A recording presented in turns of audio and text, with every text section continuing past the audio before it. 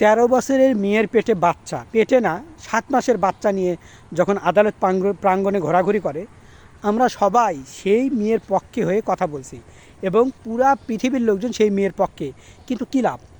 সেই মেয়ে মানুষের মনের মধ্যে যে ভালোবাসা সৃষ্টি হয়েছিল, এই ভালোবাসা সে মুতে দিয়েছে। আমাদের যে আবেগে একবারে হেগে দিয়েছে। কেমন করে? আপনারা অবাক হয়ে যাবেন। এই 13 বছরের নারী, তার দুইটা নাং কীভাবে জানেন? ও টিকটক করে, ফেসবুকে আরেকটা নাং জুটিয়েছে। কে রে তুই? একটা বাচ্চা, সেই বাচ্চা হয়ে এই বয়সে সে প্রেমের সাগরে ভেসেছে, ভালো কথা। প্রেম করে বিয়ে করলি, ছেলের হাত ধরলি, ধরে সংসার করবি। তাহলে হঠাৎ করে আরেকটা নাঙ্গের আশায় প্রেম করে এই সময় যখন বাড়িঘর ছেড়ে ছেলের গলায় মালা পরিয়ে পেটে যখন প্রেমের ফসল ফলল, সেই সময় আরেক নাঙ্গের সাথে প্রেম করার জন্য দৌড়। চিন্তা করে দেখুন, এই একটা বাচ্চা, এক বাচ্চার কয়টা লাগে? এই বয়সে 13 বছর বয়সে সে আরেক লাঙ্গের সাথে টিকটক করাকে আমরা মনে করছি হয়তো ছেলের দোষে মানে সংসারটা নষ্ট হয়েছে, কিন্তু একেবারেই ভুল। ছেলে দাবি করেন যে ও রাত বিরেতে ওই ছেলের সাথে কথা বলে, টিকটক করে, ফেসবুক করে, এগুলো করতে দিবে না দেখে সে সংসার করবে না, সে এখন অন্য জায়গায় ঘুরে বেড়ায়। তাহলে এই 13 বছরের নারী, এই ছোট্ট শিশু, আপনি এখন এদের বিষয়ে কি বলবেন? সমাজ কি আছে? সমাজ একবারে উল্টা ফেলাইছে। পরকীয়া এগুলো মোবাইলের কারণে, টিকটক, ফেসবুক এগুলোর কারণে এত পরিমাণে বৃদ্ধি পেয়েছে যে কারুর সংসারে শান্তি নেই।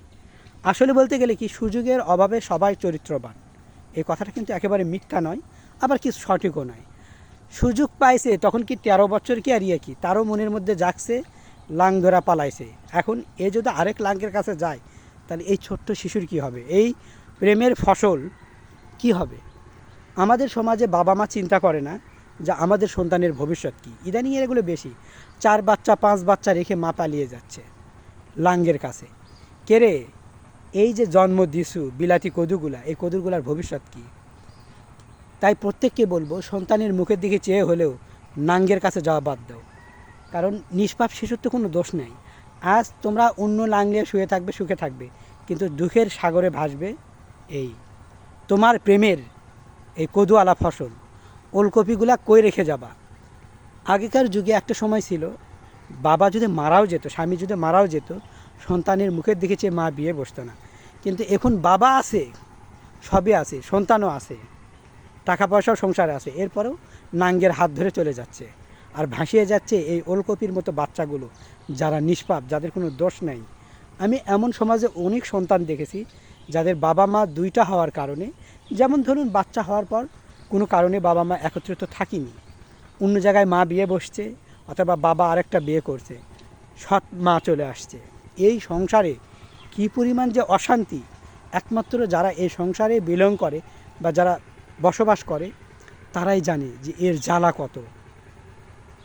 এই যে 13 বছরের মেয়ের পাশে আমরা দাঁড়ালাম, অথচ আমরা ছেলেকে দোষী মনে করলাম, কিন্তু কখনোই ভাবলাম না এই 13 বছরের রমণী আরেক লাঙ্গের সাথে পালাইছে। মনে রাখবে, একটা গান রয়েছিল, ও লাঙ্গেরে আধা পথে নিয়া কোমর ভাঙ্গে। তো লাং নিয়ে আজকে এক লাং নিয়ে আসে, এই লাঙ্গও 2 দিন পর থাকবে না, আরেক লাং ধরবে। তো এই লাঙ্গে খেলা খেলি আর কতদিন?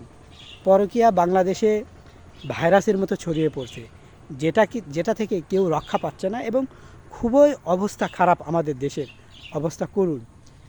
জানি না কোনো দিন আদৌ আমরা ঠিকভাবে চলতে পারবো কি না, বা ভালো মতো বেঁচে থাকবো কি না। কারণ পরকীয়ার সবলে পুরা পৃথিবী ধ্বংস হয়ে যাচ্ছে। আর ছেলেদেরকে মিথ্যা ধর্ষণ মামলায় ফাঁসানো হয়। আর মেয়েদের প্রতি এত, আমার এটা বোঝা আসে না যে এত মেয়েদের প্রতি আবেগ কেন? আবেগ সেই জায়গায় করো যেটা আসলে করার মতো। মনে করো ছেলে হোক বা মেয়ে, যে নির্দোষ সেখানে আবেগ দেখাও, আর যে দোষী সে ছেলে হোক বা মেয়ে হোক, সেখানে তোমরা আবেগ দিও না। আবেগে কিন্তু মুতে দিবে। এই যে মুতে দিল আবেগে, করণীয় কিচ্ছু নাই। আমাদের সমাজ দিন দিন খারাপ হয়ে যাচ্ছে, ভালো হওয়া তো দূরের কথা।